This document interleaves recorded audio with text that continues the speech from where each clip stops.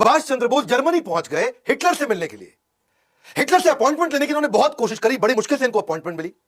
जब ये जाके वहां बाहर ड्राइंग रूम में बैठे तो अचानक एक आदमी आया, मतलब हिटलर आए और आके बोले, हेलो मैं हिटलर हूं, और अपना हाथ मिलाने के लिए आगे बढ़ाया। सुभाष चंद्र बोस जवाब देते हैं, मेरा नाम सुभाष है, मैं भारत से आया हूं और मैं आपसे नहीं, मैं हिटलर से मिलना चाहता हूं। हिटलर हैरान हो गए, कह रहे मैं तो हिटलर हूं। फिर वो वापस लौट के चले गए अंदर। अंदर से एक दूसरा आदमी आता, फिर आके हाथ मिलाता, हेलो मैं हिटलर हूं, बताइए।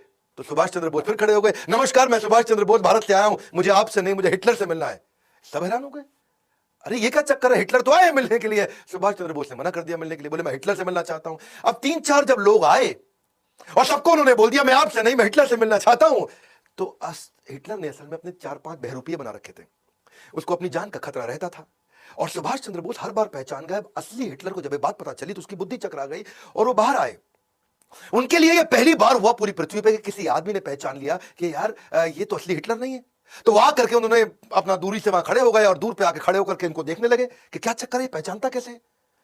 तब सुभाष चंद्र बोस खड़े हो गए और दूर से खड़े होकर हिटलर उनको बोले कि बताइए क्या बात है, क्यों मिलना चाहते हैं। और तभी सुभाष चंद्र बोस मुस्कुरा के आगे बढ़े, बोले नमस्कार मैं सुभाष चंद्र बोस भारत से आया हूं, मैं आपका बहुत धन्यवाद करना चाहता हूं हिटलर कि आपने मुझसे मिलने का मुझे ये अवसर दिया। हिटलर हैरान, क्या पहचान गया ये? अब बिल्कुल ठीक पहचाना। पूछा कि भाई तुमने मुझे पहचाना कैसे? सारी बात छोड़, पहले ये बताओ पहचाना कैसे? आज तक दुनिया में कोई पहचान नहीं पाया। मेरे यही सारे कॉपी जो मेरे हिटलर के होते हैं, ये दुनिया भर में घुमाते, सारे काम कराते, तुमने पहचान लिया। तो तभी सुभाष चंद्र बोस बोले कि भाई मैं आपसे मदद मांगने आया था, मैं आपके चौखट पर आया हूं और आपका स्वभाव थोड़ा गर्वात्मक होना चाहिए, थोड़ा गर्व वाला होना चाहिए।